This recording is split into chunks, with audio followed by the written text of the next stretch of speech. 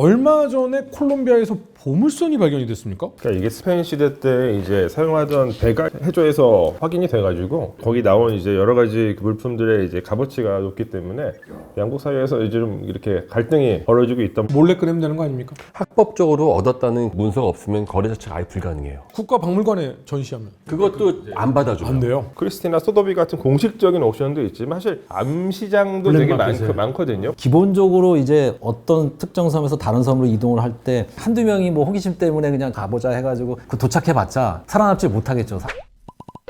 역사를 보다 재미있게, 역사를 보다 가깝게 전해드리고 싶습니다. 역사를 보다 진행을 맡은 허준이고요. 오늘도 네 분과 함께 시작하겠습니다. 안녕하세요. 안녕하십니까. 경희대 사학과에서 고고학을 연구하고 강의하고 있는 강인욱입니다. 안녕하세요. 서울대 지리학과에서 기후학과 생물지리학을 가르치고 연구하고 있는 박정재라고 합니다. 안녕하세요. 성황대 유럽문화연구소에서 중동과 이슬람을 가르치고 공부하고 있는 박현도입니다. 이제 안녕하세요. 한국이집트학연구소의 광민수입니다. 이집트학과 이집트 국어학을 연구하고 있습니다. 오프닝 시작하기 전에 오프닝 에피타이저로 박 교수님께 하나 갑자기 생각난 질문이 있어요. 지금 기후 위기가 굉장히 심각하지 않습니까? 네. 근데 기후 위기가 굉장히 심각해졌을 때 꽤나 안전지대라고 하는 곳들이 암암리에 비밀리에 똑똑한 사람들 사이에서 얘기가 되는 곳들이 있다고 하더라고요. 그 중에 하나가 미국과 캐나다고, 그 중에 하나가 대한민국이다라는 썰이 있던데요. 대한민국은 아닐 것 같은데요. 미국도 아닐 것 같은데요. 어디예요? 아무래도 뭐 북쪽이니까 캐나다, 시베리아, 알래스카, 그린랜드 이런. 그러니까 이제 제가 얘기하는 거는 온도가 많이 올랐을 때, 한 4도 이상 올랐을 때, 산업화 이전 대비. 그러니까 산업화 이전이라고 하면은 1850에서 1900년 사이 평균 기온입니다. 그때보다 4도 이상 오르게 되면은 한반도 포함해가지고 만주 연해주까지 농사를 지을 수 없는 땅으로 변한다는 그런 시뮬레이션 결과가 있어요. 그러니까 농사를 지을 수 없다는 거는 식량 생산을 할 수 없다는 거니까 이제 뭐 부자들은 어떻게 뭐 적응을 하겠지만 가난한 사람들은 다른 곳으로 이동을 해야 되는 거죠. 먹고 살기 위해서는. 제가 안 그래도 시베리아에 땅을 사놓으려고 그랬는데 강 교수님, 시베리아 땅은 평당 얼마나 해요? 제가 있었을 때가 참 이게 하여튼 이 돈을 피해가는 재주가 있어요. 제가 유학 나왔을 때가 아파트 하나가 예컨대 2만 달러였거든요. 그게 지금 200만 달러를 하거든요. 그러니까 그때는 진짜 헐값이었어요. 근데 지금은 엄청 올랐겠죠. 200배가 뛰었네요. 예, 그러니까 저는 안 됩니다. 예. 오프닝 쓸데없는 이야기 죄송합니다.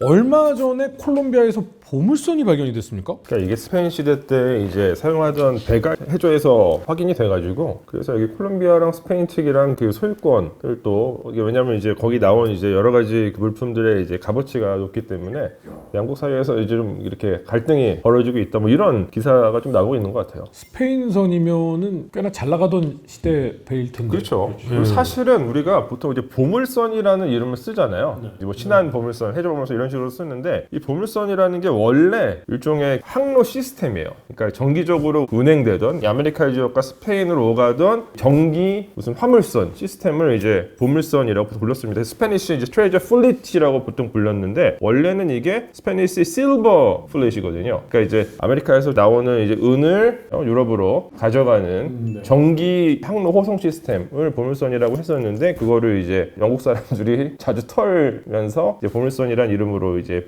부르기 시작을 했고 그게 지금까지 이제 쓰이고 있는 표현인 것 같습니다. 근데 사실 이때 당시의 배라면 딱히 은보다 그때 당시에 유물이 있는 게 더 보물선 아닌가요? 이게 동네마다 해결이 안 돼 있는 게요. 보통 우리 문화재 가면 매장 문화재만 이야기하는 소중 문화재는 사실 이게 법이 되게 복잡하거든요.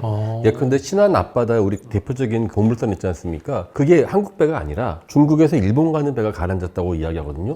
근데 우리 거잖아요. 예컨대 돈스코이오 러시아 배 같은 경우는 한국 영해에 가라앉았지만 그거 러시아에서 내놔라고 하지 않습니까? 그러니까 이게 정확하게 구분이 안 돼 있어요. 속지주의냐 아니면은 그 배주인 거냐. 그러니까 이게 그래서 설사안이 나온다고 한들 그거를 내 마음대로 팔거나 이럴 수가 없을 가능성이 크기 때문에 저는 그냥 설사 보물이 나온다고 할지라도 그 분쟁 다 해결되려면은 아마 우리 생전에는 어려울 것 같다는 생각이 좀 들거든요. 몰래 꺼내면 되는 거 아닙니까? 그러니까 몰래 꺼내도 팔아먹을 수가 없는 게 팔아먹을 수가 요즘에는 특히 크리스티나 소도베 경매가 아주 엄격한 게요. 1950년대 이전에 획득되지 않은 거는 그 이후에 나온 것은 합법적으로 얻었다는 문서가 없으면 거래 자체가 아예 불가능해요. 거래 안 하고 그냥 국가박물관에 전시하면 그것도 안 받아줘요. 안 돼요? 예, 우리나라도 사실 이게 하나하나 봐가지고 이 입수 경로가 불분명한 것들은 잘못하면 그거는 현행법으로도 저촉될 수가 있어요. 이집트 같은 경우 이제 해외 유물이 굉장히 많이 반출되어 있는 상태잖아요. 근데 만약에 입수 경로가 불분명해요. 그럼 이집트 정부에서 공식적으로 반환을 요청할 수 있습니다. 그래서 실제로 반환되는 사례들이 많이 있죠. 물론 반환이 안 되는 사례가 더 많죠. 얼마 전에 그 왜 킴 카다시안이 같이 사진 찍었다가 난리 났었던 그거 네. 다 돌아갔나요? 그거 아직 돌아가지 않은 걸로 알고 있습니다. 예, 근데 아마 결과적으로는 국제법상 돌려줘야 되기 때문에 결국에는 돌려줘야 될 거고, 유럽 박물관에 있는 이집트 유물들 가운데 상당수는 당연히 불법적으로 가져온 것들이죠. 그 가운데서 뭐 제일 유명한 게 영국에 있는 로제타 스톤, 독일 베를린에 있는 네페르티티 두상 이런 것들. 예전처럼 이제 보물선 탐사가 이렇게 막 핫하지 않겠네요. 가장 이제 분명한 거는 원래 자기 나라 배가 자기네 연안에서 나오면은 분쟁이 없어지죠. 대표적인 사례가 스웨덴에서 나온 가장 뭐 보물선은 아니지만 침몰선을 이제 완전히 통째로 다 인정한 사례가 있어요. 바사오라는 원래 17세기의 선박인데 이게 1950년대에 발견이 돼가지고 1960년대에 선박이 통째로 다 인양이 됐습니다. 그래가지고 지금 박물관에 전시를 하고 있죠. 여기는 뭐 어떤 소유권 다툼은 전혀 없습니다. 우리가 보물선 그 자꾸 옛날에 그 해적들 보물 뭐 하고 그런 것들 떠올리는데, 제가 알고 있는 경험은 지난 4, 50년 사이에 보물선이 나와서 발굴을 해서 대박을 터뜨렸다는 사람은 본 적이 없고, 보물선이 나왔다는 소문을 내서 주가가 폭등해서 돈을 번 분들은 있는 것 같아요. 그러니까 실제로 그거는 내게 되는 것도 아니고, 지금 말씀하신 것처럼 바사오도 있고, 그러니까 이게 오히려 배를 발굴해서 전시하는 거는 그거는 배 자체가 돈이 되는 것이 아니라 우리가 이렇게 국력이 세다는 걸 과시하는 용도거든요. 일단 스웨덴의 바사오도 가장 그 나라가 잘 살 때 통째로 건져 올렸지 않습니까? 중국도 10년 전에 서해에 있었던 그 남해 1호, 그거는 남해 1호라는 배가 가라앉았는데요. 명나라 때 거를 통째로 아예 그 갯벌채로 떴어요. 떠서 그거를 육상으로 옮겨서 육상에서 그거를 개펄해서 발굴을 하는 거예요. 그럼 거기서 나오는 물론 도자기도 있지만 판다고 뭐 팔지는 않겠지만은 그 가치가 그 비용의 몇 분의 1도 안 되는 거거든요. 그러니까 그만큼 그 이제 보물선이란 거는 엄밀히 말하면은 좀 환상적인 거고, 설사 내가 건진다고 한들 물론 저기 신안 앞바다 같은 경우는 뭐 문화재 보상액이 있겠지만은 그거 가지고 크게 돈 번다. 건지는 비용이 안 나온다는 거죠. 다만 미국이나 이런 데는 약간 인양할 때 몇 퍼센트를 그 사람 인정한 비율이 높기 때문에 지금 말씀하신 것처럼 일부러 찾아가는 경우들도 있긴 있다고 들었는데, 그분들이 그거 찾아서 돈 벌었다는 건 본 적이 없어요. 그러니까 이게 사실 소위 우리가 보물선 뭐 발견 이런 것들 대부분은 그냥 이제 언론에서 쓰는 표현인 것이고, 이게 보물선 발견을 통해서 얻는 경제적인 이익보다는 학술적인 가치가 훨씬 더 없죠. 그래서 이제 고고학에서 수중고고학, 뭐 난파선 고고학 같은 분야에서 이제 그런 바닷속에 잠기져 있는 선박에 대해 조사를 하면 그 당시에 뭔가 해상의 교역 루트라던가 뭐 운반되던 여러 물품들 이런 것들이 확인되기 때문에 고학적으로는 가치가 높은 경우들이 많이 있죠. 차라리 그 안에 황금이 나와서 돈 벌었다보다 더 많은 가치는 예컨대 우리나라에서 거북선 한번 발견해보세요. 그렇죠. 그러면 그거는 황금이 가득한 배를 발견한 것보다 훨씬 더 우리에게는 가치가 있는 거거든요. 거북선은 원형이 아직도 미지의 영역이니까 그게 나온다면 진짜 대한민국으로서 엄청난 일이죠. 보물선도 보물섬이지만요. 사실은 이제 중동 지역에서는 항상 이슈가 되는 게 뭐 먼 시간도 아니에요. 2003년 미국이 이라크 침공했잖아요. 그때 사라진 이라크의 유물들이 많아요. 아, 그렇죠. 아니 근데 그게 아직도 어디로 갔는지 몰라요. 미국으로 빠져나가고 다 알 수 어렸겠죠. 없습니다. 되돌려 받아야 되는데 근데 어디로 갔는지 모르는 거잖아요. 그럼 미국으로 나갔을 거예요. 미국의 어디로 유로 갔는지 나갔겠죠. 알면은 추적해서 가져올 수 있죠. 근데 어디로 갔는지 모른다는 얘기는 크리스티나 소더비 같은 공식적인 옵션도 있지만 사실 암시장도 되게 블랙마켓에. 많거든요. 그런 데서 아마 어떤 이제 굉장히 부유한 수집가들한테 팔려서 그 사람들의 뭐 사적인 갤러리나 사적인 창고에서 보관이 되다가 뭐 수십 년 후에 나올 수도 있어요. 안 나올 수도 있고 영원히. 근데 이게 남한테 자랑을 못하고 자기만 봐야 되잖아요. 자랑하면 법에 걸리니까. 자랑을 하겠죠, 자기 친구들한테. 근데 돌려주는 게 일차적으로. 제일 좋죠. 그래서 지금 이라크에서도 계속 돌려달라 그 문화재 환수 운동을 하는데 아유 뭐 안 돼요. 그래서 자랑도 못하는 걸 왜 가져가지? 그게 이제 그 요즘에는 상표갈이 많이 하잖아요. 그러니까 이게 소더비나 크리트까지 가면 시끄럽지만은 중소경매에서는 예컨대 이라크에서 동구권이나 좀 그런 문화재법이 애매한 데로 가요. 거기서 누가 사업가가 산 것처럼 하고 하고 몇 번을 돌리면은 세탁하고 세탁이 돼요? 예, 그거 해가지고 돌려 갔는데 얼마 전에 제가 이야기했을 때 등신불 미이라고 있지 않습니까? 중국에서 훔쳐간 거 10년 전에 나온 그거 상표가리 3번인가 해서 간 거였거든요. 그런 게 되게 많아요. 그러니까 이게 프로파일을 새로 만들어가지고 공식 옥션에 나오면 가격도 올릴 수 있고 그런 식으로 하는 경우도 되게 많아서 보통 이제 소더비나 크리스트에서 옥션에서 이제 유물이나 문화재를 구입을 할 때도 박물관에서 경력을 굉장히 철저하게 조사를 합니다. 사는 쪽에서.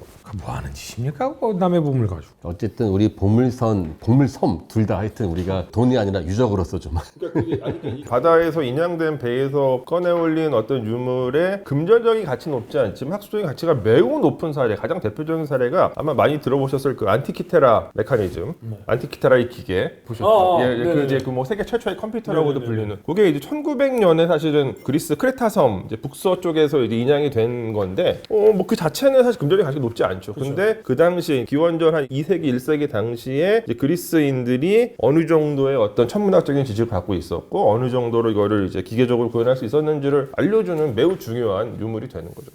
세계 최초의 컴퓨터라고 불리우니까 경매에 내놓으면 뭐 빌 게이츠나 뭐 어마어마하겠죠, 이런 아마. 분들이 근데 팔지 않죠. 예. 학술적 가치가 높은 거니까. 알겠습니다. 박 교수님께 하나 여쭤보고 싶은 게 제가 참 좋아하는 휴양지들이 많거든요. 그래서 세부, 발리, 코타키나발루 막 이렇게 라인이 쫙 이렇게 관광지들이 있거든요. 거기 가서 항상 이제 돌아다니면 그 원숭이라든지 뭐 이렇게 동식물들을 볼 수 있는 여러 가지 코스가 있어요. 근데 저쪽은 한 번도 안 가본 거예요, 제가. 저 선 너머는 한 번도 안 가봤는데 저 선 너머에 사는 동식물들은 제가 한 번도 못 본 동식물들인 거예요. 그게 너무 신기해요. 어떻게 이렇게 다르지? 명확하게 이제 분포가 다르게 나타나는 그 선이 있는데 동남아시아 쪽, 뉴기니 쪽 가보면은 월리스 선이라고 이제 이름이 붙여져 있는 그런 경계가 있는데요. 그래서 아시아 쪽은 이 일반 포유류들이 사는데 이쪽 뉴기니하고 오스트레일리아 쪽은 유대류들이 삽니다. 맞아요. 예. 맞아요. 근데 이제 그렇게 경계가 나눠진 이유는 이제 빙하기 때 해수면이 낮았을 때 동남아시아 쪽은 그 지역에 순달랜드라고 하는 큰 대륙이 있었어요. 그래서 뭐 인도네시아, 말레이반도, 보르네오 섬 이런 지역들이 다 하나의 큰 대륙으로 있었고 왜냐하면 해수면이 낮아지면서 이제 육지로 다 드러나니까 사이사이가 큰 대륙으로 있었고 그 다음에 이쪽 호주 쪽에는 뉴기니하고 호주하고 태즈메니아 섬 여기가 다 연결돼서 사울랜드라고 이제 부르는데 근데 이제 사울랜드하고 순달랜드 사이는 해수 깊이가 깊어가지고 바닷물의 깊이가 깊어서 그러니까 거기가 이제 판하고 판이 만나는 지역 한 판이 밑으로 들어가면서 섭입대라고 하는데 깊은 해구가 있는 지역이에요. 그러니까 해수면이 아무리 낮아져도 계속 바다로 있었던 거죠. 그래서 사람이야 배를 타고 건널 수 있지만 빙하기 때 근데 동식물 같은 경우는 바다를 건너기가 어렵잖아요. 그러다 보니까 이제 동물의 경계가 생긴 겁니다. 그렇게 이해하시면 됩니다. 그러면 아니 씨앗이 바람 타고 넘어갈 수도 있고 새가 날아갈 수도 있는 거 아닙니까? 그렇죠. 그러니까 사실은 아마 식물들 같은 경우는 조금 섞여 있을 것 같다는 생각이 드는데 새는 생각보다 잘 넘어가지 못합니다. 그러니까 날아가면 되지 않느냐 이렇게 생각할 수 있지만 새들도 보면은 자기가 좋아하는 그런 서식 공간이 있거든요. 먹이도 있고. 그러니까 이제 그것을 떠나가지고 다른 지역으로 갔을 때 자기가 원하는 서식 공간하고 먹이가 있으려는 법이 없잖아요. 그러니까 이제 딴 데로 갔다가 그냥 죽거나 뭐 이런 경우가 있어가지고 새들도 이 경계가 나눠지는 것으로 나오더라고요. 동물은 뭐 말할 것도 없고 우리가 이제 니치라는 개념이 있거든요. 니치 혹시 들어보셨나요? 적소라고 얘기를 하는데 그게 이제 세 가지 측면에서 얘기할 수가 있는데 생태계 내에서 기능이 니치가 될 수도 있고요. 서식처도 니치가 될 수 있고 먹이도 니치가 될 수 있는데 그 니치 금융에서는 리츠 투자가 있어요. 니체가 아니고 니치 NICHE라고 해서 N? 네네.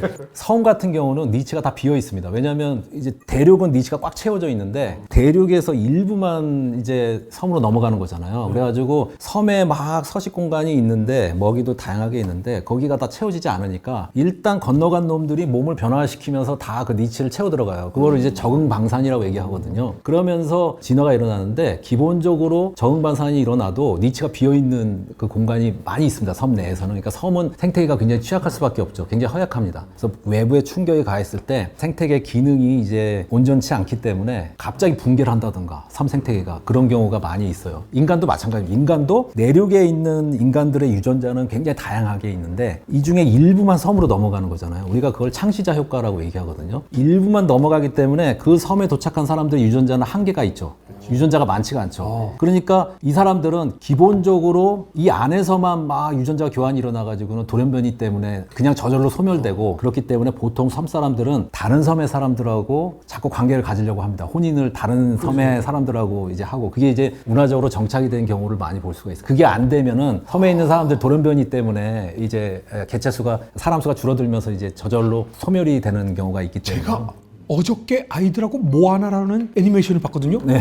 다른 섬 사람들을 만나지 않으면 우리는 사라진다라고 하면서 자꾸 항로를 찾으려고 노력을 해요. 그게 딱 그런 그런 느낌인 관계가 것 있죠. 같은데? 네. 그게 이제 유전자도 있지만 다른 섬 사람들의 문화와 이제 만나면서 뭔가 시너지 효과도 나고 다른 기술이나 문화도 받아들이면서 자기의 문화도 발전시킬 수 있고 뭔가 이게 자꾸 네트워크죠. 네트워크가 유지가 돼야 살아남을 수 있는 거죠. 섬이라는 그 고립된 공간에서. 지금 이 월리스 라인이요. 이렇게 그어져 있고 완전히 이제 종이 다르잖아요. 그러면 사람도 달라요? 사람의 역사나 전설, 설화 뭐 이런 것도 이 월리스 그게 라인에 기본적으로 이제 아시아 쪽은 농경민들이 살고 있고 반대쪽 뉴기니는 이제 농경민들이 살지만 호주 쪽은 기본적으로 수렵체지민들이 계속 살아왔거든요. 농경민들이 못 들어갔습니다. 그러니까 그것도 좀 생각해 볼 만한 문제인데 농경민들이 호주 쪽으로 들어와서 농경할 수 있었을 것 같은데 안 들어갔어요. 그래서 이제 이거 갖고 이제 얘기들이 있는데 아마 인도네시아나 뉴기니 쪽에 있는 농경민들은 열대 지역에 적응했던 농경민들이니까 호주 쪽으로 내려오면은 기후가 변하잖아요. 그러니까 이제 그 농경 기술을 여기서 갖다 쓸 수가 없었던 거죠. 그래가지고 아예 들어오질 않았다. 그리고 그러면 농경 기술만 전달을 받으면 되는 거 아니냐. 호주에 있는 사람들이 농경 기술만 전달을 받았어도 거기서 농경을 하면서 뭔가 문화를 더 발전시킬 수 있었을 텐데 근데 호주 사람들이 그 농경 기술을 받질 않았습니다. 아마 농경 기술 없이 그냥 수렵 채집만으로도 충분히 잘 살 수 있다고 생각을 했을 것 같아요. 먹을 게 어느 정도 됐던 것 같아요. 해안 쪽은. 네. 그래서 그 부분이 이제 딱 나눠집니다. 사람도. 근데 그 과정에서 저도 이제 질문을 드리고 싶은 것이 이제 호주 대륙에서 그 인간이 대략 한 5만 년 정도에 보통 진입을 하잖아요. 근데 그 사이에 제가 알기로는 호주 그 당시 이제 사울 대륙에 살고 있었던 대형 동물들이 인간의 개입으로 인해서 굉장히 많이 멸종한다고 제가 들었거든요. 그것도 아마 말씀하신 것처럼 수렵 채집을 적극적으로 했기 때문이다라고 볼 수 있을까요? 그럴 것 같아요. 사실은 사람들마다 의견이 다른데 그 당시에 4, 5만 년 전쯤에 들어갔다고 하는데 거의 대부분의 사람들은 인간이 이제 수렵 채집을 하면서 그 많은 대형 유대류들이 사라졌다라고 보는데 일부는 또 그 당시 기후변화 때문에 대형 유대류들이 사라졌다라고 얘기하는 사람들도 있습니다. 근데 대부분 이제 사람들이 들어가면서 사냥꾼들이니까요. 호모사피엔스 수렵 채집민들이 과도하게 이제 사냥을 하면서 이제 유대류들이나 이제 날지 못하는 새 뭐 이런 새들도 4, 5만 년 에미유 전에 이런 것들. 그러니까 기본적으로 사람이 넘어가면 사람만 넘어가는 게 아니고 뭐 쥐도 넘어가고 뭐 개도 넘어가고 그러니까 다른 동물들이 이제 알이 땅에 있으면은 그 공격을 해가지고 다 이제 살아남지 못하는 거죠. 네. 마우이족이 뉴질랜드 그쪽에 있는 게 마우이. 뉴질랜드 예. 네. 한 1000년 전쯤에 들어갑니다. 뉴질랜드는 훨씬 더 늦게 들어가죠. 훨씬 늦게, 서기 1000년 1000년 정도에 들어가니까. 예. 그게 처음에 그게 이제 대단한 건데 대만에서부터 이제 쫙 사람들이 퍼져나와가지고 이쪽 아프리카 쪽으로 가가지고 마다가스카르까지 가거든요. 대만에서 출발해서 필리핀 해가지고 인도네시아 해가지고 마다가스카르까지 가고 또 반대편으로는 저쪽에 이스터 섬까지 예. 가거든요. 아, 그게 반대로 들어온 게 아니라 거기서부터 나가는 거예요? 네네 이렇게 해가지고 엄청난 항해술을 갖고 있었던 사람이죠. 그 중에 일부가 뉴질랜드까지 들어옵니다. 나중에. 그래서 이제 그 사람들이 계속 섬을 찾아서 이동을 하는데 아마 분명히 섬이 이제 자원이 빈약하니까 섬에 살다가 인구가 좀 늘면은 일부 이제 경쟁에서 밀린 사람들이 다른 섬을 찾아서 떠나고 또 떠나고 이러면서 섬이 다 이제 사람들로 채워졌지 않았을까 그렇게 생각을 합니다. 그게 이 서태평양 지역의 인구가 확산된 시기가 사실 굉장히 빠르거든요. 대략 한 기원전 1600년부터 확산이 시작이 되는데 뭐 이를테면은 여기 뭐 비스마르크 제도나 솔로몬 제도 여기까지는 기원전 1200년에 사람들이 다 들어가요. 이미 기원전 1200년에. 그리고 저쪽 더 멀리 피지나 tonga 뭐 사모아 제도 여기까지는 기원전 800년 정도. 근데 이게 고고학적으로 확인이 됩니다. 왜냐하면 이 전체 지역에 공통의 고고학적인 문화가 확인이 되거든요. 그러니까 리피타 문화라고 하는 문화권이 이게 토기적으로 이게 토기나 어떤 고고학적인 유물이 공통의 문화를 갖고 있어요. 이 섬들이 멜라네시아, 폴리네시아, 그다음에 마이크로네시아 요 가운데 부분에 공통의 고고학적인 현상이 나타납니다. 그 너무 신기한 게요. 아프리카 대륙에서 이렇게 걸어갔잖아요. 근데 이제 대륙이 끝났잖아요. 근데 아무것도 없는 바다를 향해서 가자라고 인류가 어떻게 생각을 한 거예요? 이게 말이 돼요? 뭐 아까도 말씀드렸지만 이제 일단은 살기 위해서 먹을 게 부족해지니까 섬에서 이제 인구가 늘어나면은 일단 경쟁에서 밀린 집단이 생길 수밖에 없고 인구가 늘어나게 되면 그 사람들이 이제 살기 위해서 떠나고 아니면은 호기심이 있어가지고 이제 움직인 사람들도 있었을 것 같은데 기본적으로 이제 어떤 특정 섬에서 다른 섬으로 이동을 할 때 좀 사람이 많이 움직여야지 한두 명이 뭐 호기심 때문에 그냥 저기 섬 보이니까 저기로 헤엄쳐서 가보자 해가지고 그 도착해봤자 살아남지 못하겠죠. 사람이 많이 안 가니까. 이제 큰 집단이 이제 이동을 하려면은 뭔가 확실히 뭔가 식량 문제가 있었을 거다. 그렇게 생각할 수 있고 범죄를 저질렀다든가 이래가지고 추방을 당해가지고 어쩔 수 없이 이제 밖으로 빠져나가야 되는 경우도 있었겠죠. 그리고 또 하나 요즘에 제기되는 이론 중에 하나는 이 지역에서는 먼저 도착한 사람들이 기득권을 잡고 있는 거예요. 귀족이 되고 나중에 도착하는 사람들을 평민으로 부려먹는 거예요. 그러니까 이 경험을 바탕으로 야, 그럼 나도 가서 기득권이 돼야겠다라고서 이제 계속 이동을 했다. 뭐 이런 식으로 설명하는 경우도 있어요. 그리고 이제 여기가 그래도 이제 어느 정도 섬섬이 이렇게 릴레이식으로 이제 되어 있기 때문에 이동을 할 수 있기는 하지만 어쨌건 원양이잖아요. 근데 보통 이 사람들이 사용하던 그러니까 기원전 뭐 1000년, 뭐 1500년 이때 사용하던 그 배가 되게 간단한 배예요. 근데 우리가 보통 뗏목을 생각하지만 뗏목은 원양 항해에 적합하지 않거든요. 뒤집어지기 때문에 쉽게. 그래서 이제 아웃트리거가 달린 카누를 많이 사용을 했던 것으로 생각이 돼요. 아웃트리거는 이렇게 카누가 이렇게 있고 옆에다가 보조 장치를 이렇게 다는 거 있잖아요. 이거 옆에 이렇게 날 달리게. 네, 그러니까 이렇게 뒤집어지지 않게. 이제 그거를 사용하면은 비교적 쉽게 많은 뭐 짐을 실을 수 없고 많은 사람이 탈 수는 없지만 비교적 가능하게 이제 원양도 항해할 수 있다고 설명을 합니다. 모아나에 보면 그 나옵니다. 이게 펀펀하고 옆에 날이 달린 거를 맞아요, 달고 맞아요. 가운데 돛을 달아서 맞아요. 예, 돛으로 예. 이렇게 예. 방향이 바람을 받고 키로 이렇게 조종을 하면서 능숙하게 가더라고요. 허준 씨가 어떻게 그렇게 저쪽 바다로 섬으로 갔냐고 얘기할 때 저는 딱 떠오르는 게 그 일본에서 범죄를 저질렀다고 우리 얘기하는데 야지로라는 사람이 일본을 출발해가지고 고아에 가서 그때 만난 게 예수의 신부예요. 고아에 일본에서 있던. 네. 출발했다고요? 그래서 거기서 만나가지고 야지로가 일본을 소개한 신부가 예수의 프란치스코 하비에르고요. 그 사람들이 일본에 1549년에 안착해가지고 일본에 가톨릭이 퍼지고 일본 애들이 그때 통일 시대가 아닌데 포르투갈, 스페인한테 조총받고 해가지고 걔네들이 1592년에 우리를 임진왜란을 일으킨 거잖아요. 그 야지로 이 자식이 문제였던 거죠. 그걸 지 살자고 도망가가지고 무슨 죄를 졌으면 포르투갈까지 아니 포르투갈이 아니라 인도의 고아. 인도 인도까지 가는 것도 어마어마하게 멀잖아요. 그러니까 야지로가 이게 거기 안 갔으면 우리 임진왜란 침범이 없었을 텐데.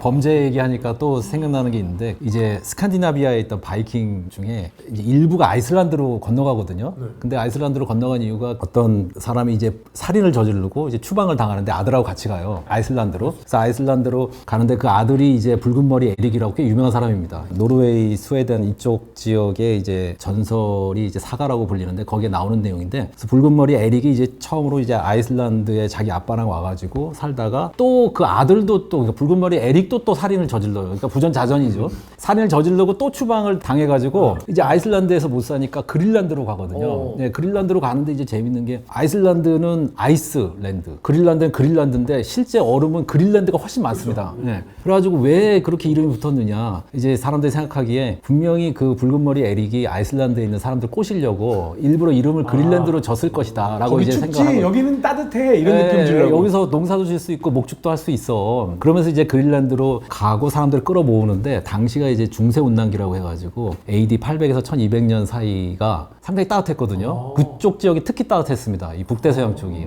우리나라도 조금 따뜻했고요. 그러니까 그때 기후가 좋았기 때문에 그린란드에서 목축을 하면서 살 수가 있었어요. 네. 나머지 그런 작물 같은 거는 이제 본토에서 이제 수입해서 오고. 근데 그 붉은 머리 에릭의 아들이 또 움직여가지고 저쪽에 캐나다의 뉴펀들랜드까지 가서 걔는 살인을 저지르진 않았어요. 걔는 착한 애였어요. 그러니까 걔는 착한 애였고 모험심이 강한 호기심이 많은 애였고 네. 걔가 처음으로 이제 아메리카 대륙을 발견했다고 이제 볼 수가 있습니다. 그러니까 콜럼부스가 1492년에 발견했는데 거기는 1000년에 발견했으니까 500년 전에 이제 저기 그 죄송합니다만 서양 사람 중에서 처음 갔다. 서양 사람 네. 중에서 그쪽에 원주민 살고 있었으니까 그러니까 이 중간 루트가 아닌 북쪽 루트로 해서 간 거네요. 네네, 그렇죠. 그렇게 해서 갔고, 근데 이제 중세 온난기가 한 1200년, AD 1200년부터 이제 소빙기로 바뀌거든요. 온도가 떨어지면서. 네, 그러면서 이제 북쪽에서 빙산이 막 이제 아래쪽으로 내려오니까 본토에서 뭔가 물자를 실어 날라야 되는 배가 이렇게 밑으로 돌아서 이제 그린란드로 가야 되는 거예요. 그러니까 이제 힘드니까 이제 안 오는 거죠, 그린란드로. 그러면서 그린란드 사람들이 소빙기 때 한 1300년, 1400년 사이에 많은 사람들이 이제 죽거나 아니면 본토로 돌아가거나 그런 식으로 되면서 그린란드가 이제 사람이 살지 못하는 땅으로 변하게 됩니다. 소빙기 때문에.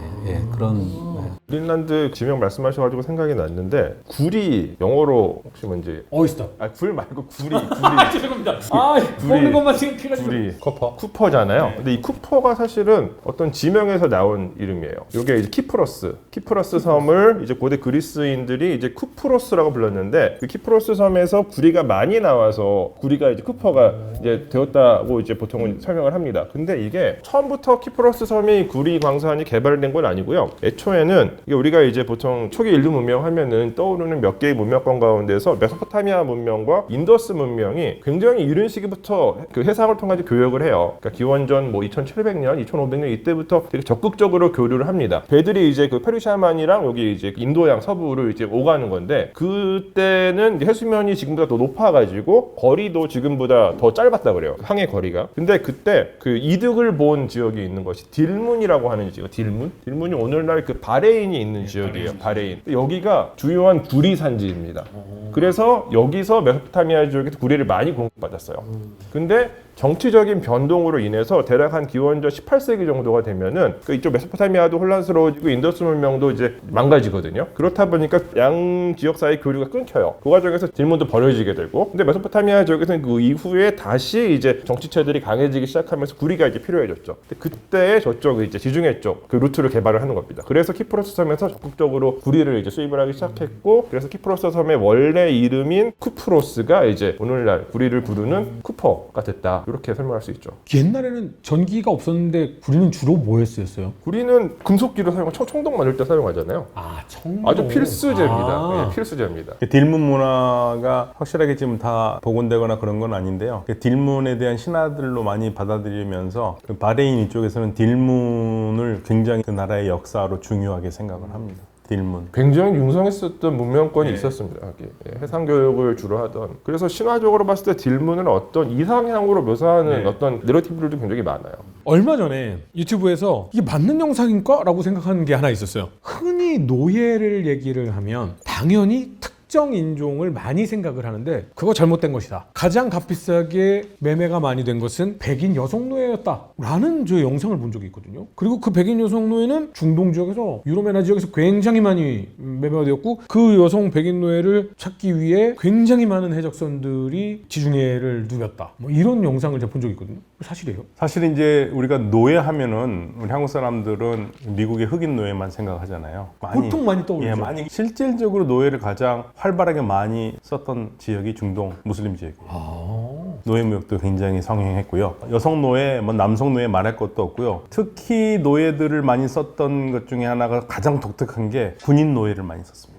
군인 용병. 아니 근데 용병은 충성심이나 내가 이 나라를 위해 승리를 위해 뭔가 노력해야겠다라는 마음이 없으면 사실은 안 쓰니만 못하는 거 아니에요? 그러니까 이제 이게 무슬림 사회를 망친 특징 중에 하나인데 9세기가 되면은 무슬림 아바스 왕조에서 뭐를 하냐면은 싸움 잘하는 튀르키예 용병들을 데리고 와서 노예로 잡아서 데려와서 노예로 계속 데릴 수 없으니까 그 상태에서 해방을 시켜서 무슬림으로 만든 다음에 이 충성도를 그대로 군인들로 써요. 그래서 이거를 우리가 맘누기라고 합니다.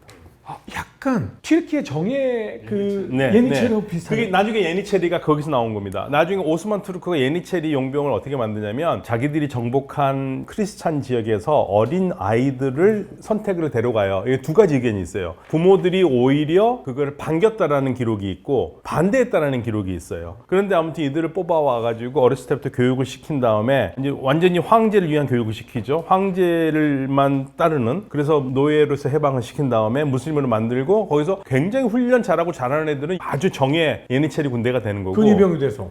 그리고 거기에서 안 되는 애들은 관료로 썼어요. 근데 이거 이전에 이미 무슬림들이 이걸 그렇죠. 시작했어.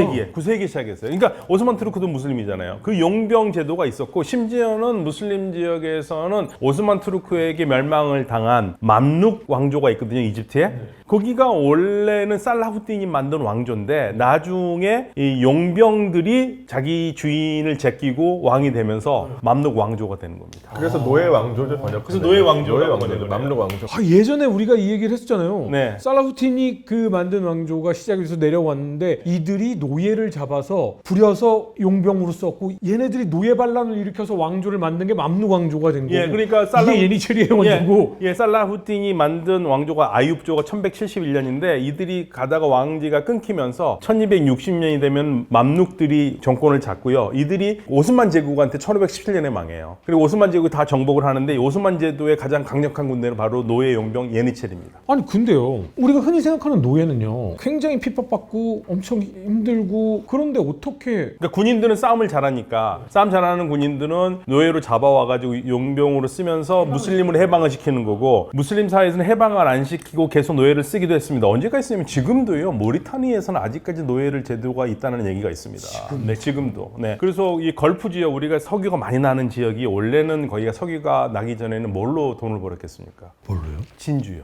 진주잡이. 이 물속에 들어가 진주를 하잖아요. 근데 그거를 현지인들도 하기도 했지만 노예가 하기도 하거든요. 그 노예들이 그거를 했고 근데 이게 언제 망하냐면은 이것도 역시 제가 오늘 일본 사람 2명 얘기하는데 약간은 야지로를 얘기했고 지금은 누구 얘기하냐면 미키모토 선생, 미키모토상. 이 사람이 인공 진주를 만든 거예요. 그래서 인공 진주가 나오면서 힘들게 진주를 잡아오는 거하고 다르잖아요. 그래서 처음에는 싸움이 됐었어요. 이거 인공 진주는 천연하고 상대가 안 된다. 그런데 과학자들이 결국 뭘 하냐면 인공 진주나 천연 진주나 똑같다. 그러면서 이제 천연 진주가 망하면서 요즘에 다이아몬드가 그렇듯이. 그렇죠. 미키모토가 지금도 유명하잖아요. 미키모토 진주가요. 그래서 거기가 다 망했는데 거기 이제 석유로 산 거죠. 근데 그 펄 다이빙 하는 사람들이 펄 헌터들이라고 그러거든요. 이 사람들이 노예들이 꽤 있었어요. 그러니까 이게 사실 전 세계적으로 인류 역사를 보면은 노예가 거의 보편적으로 나타나긴 해요. 그러니까 우리가 이제 노예가 뭘 지칭하는지 정의를 해야 되는데 일반적으로는 노동력을 제공하는 어떤 사람들이 타인에게 재산으로 종속되어 있는 경우를 노예라고 하는 것 같아요. 그래서 아마도 신석기 시대 때부터 노예가 있었을 가능성이 있고 뭐 기록적으로 이제 확인되는 거는 수메르 시대 때 현존하는 가장 오래된 법전이 있어요. 그 우르남무 법전이라는 법전이 있는데 여기에서도 노예에 대해서 규정을 하고 있어요. 그러니까 노예는 어떻게 하면 안 되고 뭐 예를 들어서 그 탈출한 노예를 잡아다가 다시 주인한테 돌려주면은 보상금으로 얼마를 주고 뭐 이런 어떤 내용들이 기록되어 있는 것을 보면은 노예 제도가 비교적 보편적으로 존재했었던 것 같은데 이게 그러니까 이집트는 또 좀 특이한 게 이집트는 노예 제도 그러니까 그런 노예 계층이 사실 잘 안 나타나요. 그러니까 그 역사적으로 보면 잘 그 흔적이 잘 안 나타납니다. 왜 그럴까요? 글쎄요, 그건 잘 모르겠는데 이집트는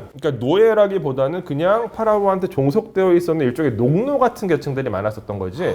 모두가 파라오의 노예니까. 예, 약간 그런 어디 노예가 노예를 이제 약간 그런 느낌인데 근데 이제 18왕조 시대가 되면은 이게 신왕국 시대인데 이제 워낙 이제 해외 원적이 많아지다 보니까 해외에서 잡아오는 전쟁 포로들이 있어요. 이 포로들이 뭔가 약간 시장에서 거래가 되기도 하고 또 심지어는 이제 파라오가 자신의 신하들한테 이렇게 하사하기도 하는 그런 모습이 나타나요. 그러니까 이때부터가 조금 이제 노예제와 비슷한 모습들이 나타나는 이제 현상이 그때 처음 보이는 거고 그 이전 시대에는 잘 안 나타납니다. 그래서 이제 우리가 일반적으로 피라미드를 지은 사람들은 노예가 아니다라고 말하는 것은 그 구왕국 시대 때는 노예가 그냥 없는 걸로 지금까지 확인되고 있습니다. 사실 노예라는 것 자체가 우리가 자꾸 흑인 노예들 때문에 오해를 많이 하고 있는 게 독립적으로 자신의 어떤 경제적으로 할 수 없을 때 계약을 하면서 양쪽 다 윈을 할 수 있을 때 가장 노예제가 승하거든요. 전 또 하나 이게 중요한 게 사회적인 이데올로기도 무시할 수 없다 생각하는 게 당연히 복종을 당연시 여기고 복종에서 오히려 만족감을 느끼게 할 수 있다는 게 가장 좋은 예가 순장이에요. 보면은 그 우리나라도 보면 가야에 순장이 나오거든요. 근데 대부분의 순장들은 상당히 그들과 친했었던 노예라 볼 수 있지만 몸종들이죠. 보면은 상당히 평화롭게 들어간 경우도 있거든요. 이거 봤을 때 우리가 지금 지나치게 노예 제도를 오해하고 있다.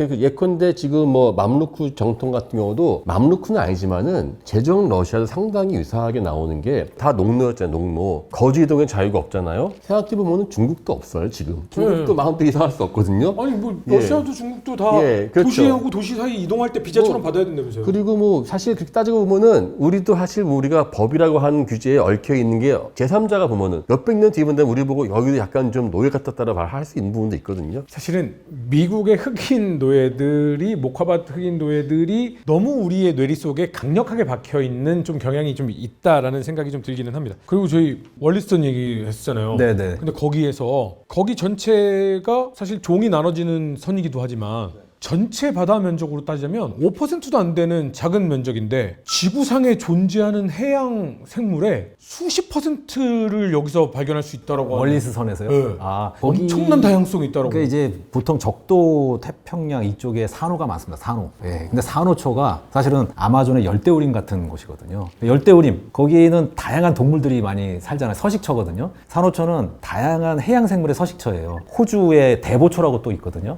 호주부터 해가지고 필리핀, 그 다음에 인도네시아 이쪽에 산호초가 굉장히 많습니다. 그렇기 때문에 해양 생물 다양성이 굉장히 높은 곳이에요. 근데 이제 산호초가 최근에 이제 해수 온도 올라가고 자꾸 죽는다면서요. 네, 폐사를 너무 많이 해가지고 지금 거의 70% 가량 이제 호주 대보초 같은 경우에 사라졌다, 폐사했다고 그러거든요. 그게 사실은 기후 변화에 있어서 가장 지금 문제가 되고 있는 이슈 중에 하나입니다. 산호초가. 산호초는요 나무 같은 거예요? 그러니까 그게 동물이에요, 산호초가. 이게 동물이에요? 예, 고정돼 있지만 플랑크톤 같은 거 먹습니다. 조그만 고기도 먹어요, 심지어. 막 그게- 움직여요 얘네가? 예, 움직이죠. 막 촉수 같은 게 있어가지고 움직이는데 산호가 이제 동물이고 그 다음에 조류하고 공생을 합니다. 그러니까 조류가 광합성을 해요. 아 산호는 동물이고 네. 초는 식물이에요? 아니 그게 아니고 산호초는 그냥 암을 얘기하는 거고 네네. 거기에 이제 산호 폴립이라고 붙어 있는데 폴립에 조류가 공생을 하는 거예요. 그 조류가 광합성을 해가지고 영양분을 공급해 줍니다. 그 다음에 산호는 또 다른 여러 가지 이제 도움을 주는 거고 조류한테. 그래서 서로 상리 공생인데 서로 이익을 주는. 바닷물의 온도가 올라가면 이 조류가 빠져나가요. 네, 버티지 못하고. 그래서 이제 광합성을 못하면서 하얗게 변하면서 폐사하는 게 백화현상입니다. 그게. 조류가 떠나면 산호도 죽어요. 그러니까 동물이라서 이제 적응력이 뛰어난 것은 먹으면서 버티는 산호도 있다고 하더라고요. 동물이니까. 근데 대부분 보면은 광합성을 못하면은 죽어요. 그래서 백화현상이라고 하죠. 그걸. 그럼 산호는 몇 살까지 살아요? 아니 저기 지리학과한테 자꾸 생물학 아니 그냥 과학을 보다 가세요. 아, 이거 지금 과학을 보다 촬영하는 것 같아요. 아니 산호가 동물이거든. 너무 놀라운데. 신기하다. 소화를 시켜요, 그래서. 네. 참 역사는 다양성을 내포하고 있는 게 맞는데 이 얘기를 하다 보니까 우리가 바다를 살려야겠다는 생각이 자꾸. 산호를 살려야겠다. 산호. 산호는 동물이었고요. 왜냐면 우리가 인류가 앞으로 살아가면서 역사를 만들어 가려면 계속해서 인류가 생존을 하려면 바다도 살아야 되고 산호도 살아야 되고 역사를 계속 이어가기 위해서는 여러분들이 역사를 보다를 봐주셔야 됩니다.